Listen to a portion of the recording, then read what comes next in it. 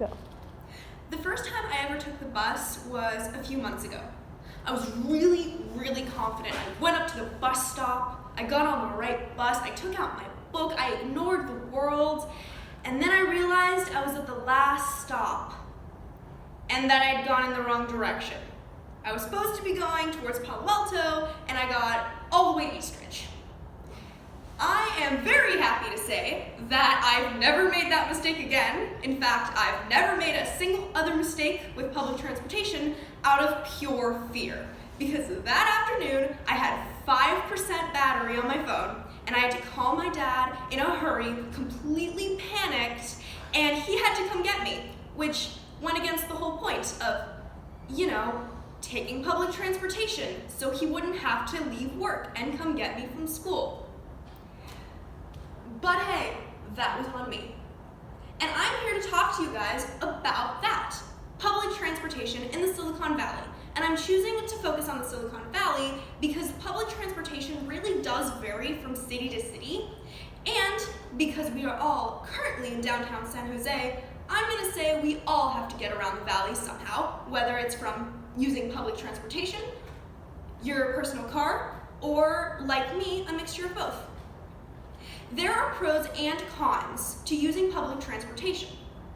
And the pros include that it is less expensive and that it's better for the environment, while the cons include that it does take more time and it can be much more crowded. First, public transportation is less expensive than taking a personal vehicle. And there are multiple factors that go into this. The first main factor is gas prices. When you take public transportation, you don't have to pay for gas. Clean and simple. And gas is very expensive. From my personal observations with my parents getting gas can go from $3.55 a gallon to $4.19 a gallon. And $3.55 is at Costco, where you have to pay for a membership to get that gas that is less expensive. And according to Mallory Munich of the San Francisco Chronicle, gas is actually most expensive in California. California gas can, on average, cost 30 cents more than any other state per gallon, which means that here, gas prices are especially important to us. Another factor is car insurance. When you're not driving, aka taking public transportation, you have a much lesser chance, actually 0% chance, of getting into an accident where you're at fault. And carinsurance.com says the car insurance rates do go up an average of 31% after one fault accident, totaling over $2,000 in damages. And another factor that goes into this is one that is very specific to SJSU students and faculty. SJSU students can get a Clipper card, according to the SJSU website, for $3 for all their time at SJSU. That's only 50 cents more than one bus ride, which is a really incredible deal. Faculty don't get this deal, but they do get $28 Clipper cards per semester, which is less than taking a few gallons of gas in order to create your commute. Furthermore, another pro is that public transportation is better for the environment. And the biggest part of that is that it reduces CO2 production.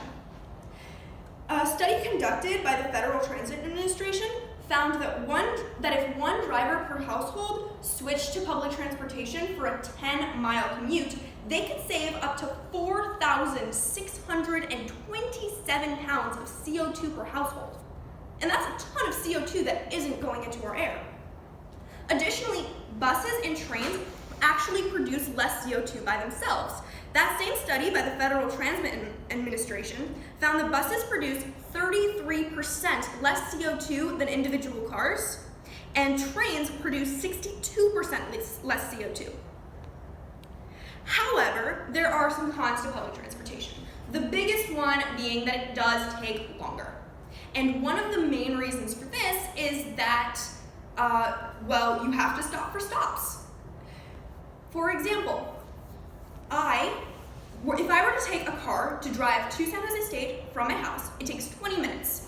If I were to take a rapid bus that only stops at a specific amount of smaller stops, that would take me 45 minutes. And if I were to take a regular bus, it would take me an hour and 20 minutes. That's an entire hour added to my commute because the bus has to stop and let people off and let people on. Another factor that goes into this time is the fact that you can't just leave when you want to. You have to wait for the bus, and you have to walk to perhaps the bus stop or the train. And sometimes when it's hot and cold and there's some strange people around, that can be a very uncomfortable wait. And the third factor for this is that the VTA is, never on time.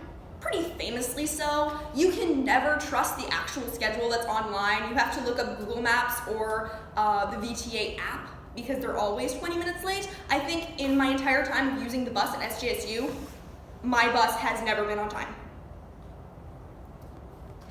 And another factor that goes into the fact that public transportation may not be the right fit for you is that it can be very crowded.